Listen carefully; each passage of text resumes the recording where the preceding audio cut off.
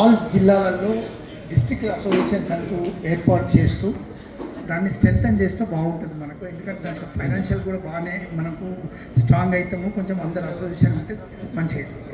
Second thing ఏంటంటే ఇప్పుడు as far as land is concern, Nageswara Rao garu చెప్పినట్టు, ఇంతకుముందు సార్ విష్ణుస్వరూప్ రెడ్డి గారు చెప్పినట్టు, మనము అకాడమీలు అయితే తీసుకోవచ్చు, ఏదో రకంగా తీసుకోవచ్చు. కానీ అది బహుశా బాగా దూరం అవుతుంది అందరికీ అనేది కూడా ఒకసారి ఆలోచించండి. లేదంటే మనం అక్కడే తీసుకోవాలంటే మనం దాన్ని కూడా ఒక ప్లాన్ చేయొచ్చు. కట్టడం అంటే మనం ప్రైవేట్ కట్టుకోవాలి, తప్పదు.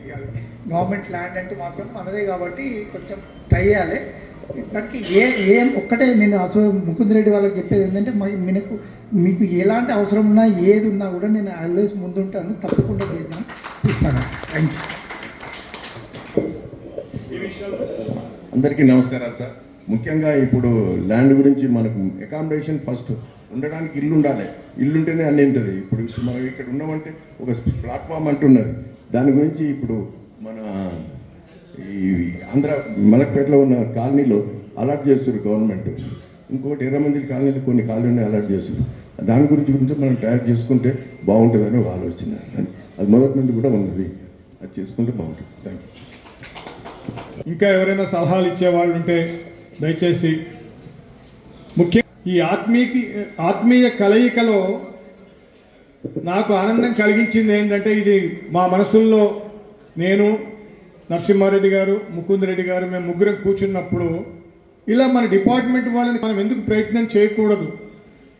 ఒకసారి నేను ఒక చిన్న ఫంక్షన్ చేశాను ఇంట్లో పర్సనల్గా. ఆ ఫంక్షన్ చేసినప్పుడు 56 మంది వచ్చారు. ఆ సంఖ్య నేను లెక్కబెట్టలేదు. కీర్తిశేషులు శ్రీ జె రామచంద్రరావు గారు లెక్కబెట్టి, విజయశంకర్ నీలా 50 మందిని 60 మందిని కూర్చోబెట్టి డిన్నరు ఆనందించాము. లంచ్ చాలా తక్కువగా జరిగింది. పెళ్ళిళ్ళలో వెళ్తాము, అక్కడ హడావిడిగా భోజనం చేస్తాము. వారి పెళ్ళి ఆర్గనైజర్స్ వాళ్ళ బిజీలో వాళ్ళు ఉంటారు. అలా కాకుండా ప్రతి ఒక్కరిని పలకరిస్తూ ఇంత ఆత్మీయంగా కూర్చోబెట్టి పార్టీ చేసినట్టు ఆ రోజే నాకు ఒక బీజం పడింది. హైదరాబాద్లో ఇంతమందిని ఎందుకు కలపకూడదు. దానికి మా నరసింహారెడ్డి గారు ఆల్రెడీ ఆయన ఎన్నో అసోసియేషన్స్లో ఉన్నారు. అసోసియేషన్స్, మెల్కోడే పార్క్ అసోసియేషన్, ఇట్లా చాలా వాటిల్లో ఆయన యాక్టివ్గా పనిచేస్తూ ఉత్సాహంగా ఉంటున్నారు. ఆయన వెంటనే మేము ముగ్గురం డిసైడ్ చేసుకున్నాం, ఇక్కడ ఎటువంటి ఇది లేదు, యాక్టివ్గా ఎవరైతే రాగలుగుతారో దగ్గర ఉండి. అందుకని మా చుట్టుపక్కల ఉన్న వాళ్ళని, ఒక 4-5 కిలోమీటర్లో ఉన్న వాళ్ళు 5-6 కిలోమీటర్ల కన్నా దూరం అయితే ఈ రోజుల్లో రావడం కష్టమని వాళ్ళని అందరినీ తీసుకొచ్చి కల్పించి మాట్లాడి చాలా రిజిస్ట్రేషన్ చేయించడం చాలా గొప్పదనమైంది. ఆ రిజిస్ట్రేషన్ చేయించేటప్పుడు కూడా ఎడ్హాక్ కమిటీలు అంటే వద్దన్నారు, చేయరట రూల్స్ ప్రకారం. మీరు 2 years తర్వాత మళ్ళీ ఎలక్షన్ మా దగ్గరకు వచ్చి మళ్ళీ రిజిస్ట్రేషన్ చేయించాలి. We have elected so and so in place of so and so అని చెప్పి ఇట్లాంటివన్నీ రూల్స్ చెప్పారు.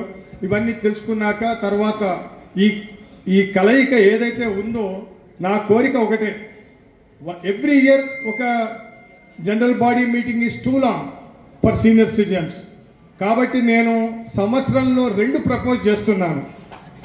ఒకటి once in 6 months, ఒకటి సమ్మర్లో, ఒకటి వింటర్లో. ఇది ఇప్పుడు ఆల్మోస్ట్ వింటర్ లాగా అయింది. మళ్ళీ next meeting somewhere in August పెట్టుకుందాము. దానికి కూడా మీరంతా ఇదే ఉత్సాహంతో, ఇంకా రెట్టింపైన ఉత్సాహంతో వస్తారని, వచ్చి దీన్ని ముందుకు తీసుకెళ్ళడానికి మేము ఇప్పుడు రాజేశ్వరరావు గారు చెప్పినట్లుగా మేమంతా కొంతమంది వెంకటస్వామి గారు వీళ్ళందరి దగ్గరికి వెళ్తాము, సలహాలు తీసుకుంటాము. ఇంకా ఇంప్రూవ్మెంట్ కోసం మేము కూడా శాయశక్తుల కృషి చేస్తామని మీకు తెలియజేస్తూ, ఇంకెవరూ లేకపోతే vote of thanks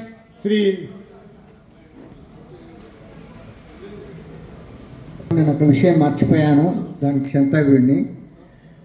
membership fee అని మేము వెంకటస్వామి గారి దగ్గరికి కటసి కారు వెళ్ళాము. మేము అడగకుండానే 10,000 ఇచ్చారు ఆ రోజు వారు. ఇక్కడ రోజుల్లో ఇచ్చాను. సో నా తరఫున కూడా another 1 lakh I'm announcing. And ఇక మనం చేయాల్సిన పనులు ఏంటంటే, ఫర్ ఎగ్జాంపుల్ నేను అడిషనల్ కమిషనర్ ఉన్నప్పుడు మన సహాయత, ఆరోగ్య సహాయత ఇవన్నీ ఆల్మోస్ట్ మూతపడే స్టేజ్లో ఉన్నాయి. సో ఆ టైంలో దాన్ని మళ్ళీ కాంట్రిబ్యూషన్ పెంచి చేసిన తర్వాత చాలా సక్సెస్ఫుల్ అయింది. అండ్ దాదాపు 16 కోట్ల రూపాయల వరకు ఫండ్ వాజ్ అవైలబుల్ దాంట్లో.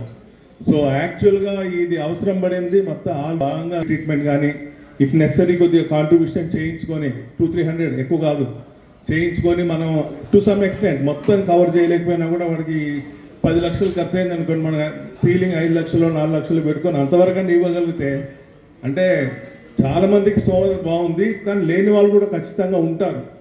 సో అది కూడా ఒక ఆస్పెక్ట్ కింద నాట్ ఇమీడియట్లీ బట్ ఫ్యూచర్లో తీసుకుంటే అదొకటి బాగుంటుంది. ఇందాక చాలామంది సజెస్ట్ చేసినట్టు ఆ ఏసీబీ కేసుల్లో అన్యాయంగా ఇరుక్కుపోయారు అందరూ. సో దానికి వాళ్ళందరికీ ఆ పెన్షన్స్ కూడా పెన్షన్స్ రాని ఫ్యామిలీ పెన్షన్ రాని వాళ్ళకు ఇవి చేసుకుంటే బాగుంటుంది. వీ కెన్ మీట్ ఫ్రీక్వెంట్లీ 3 monthsకి ఒకసారి కూడా కలవచ్చు.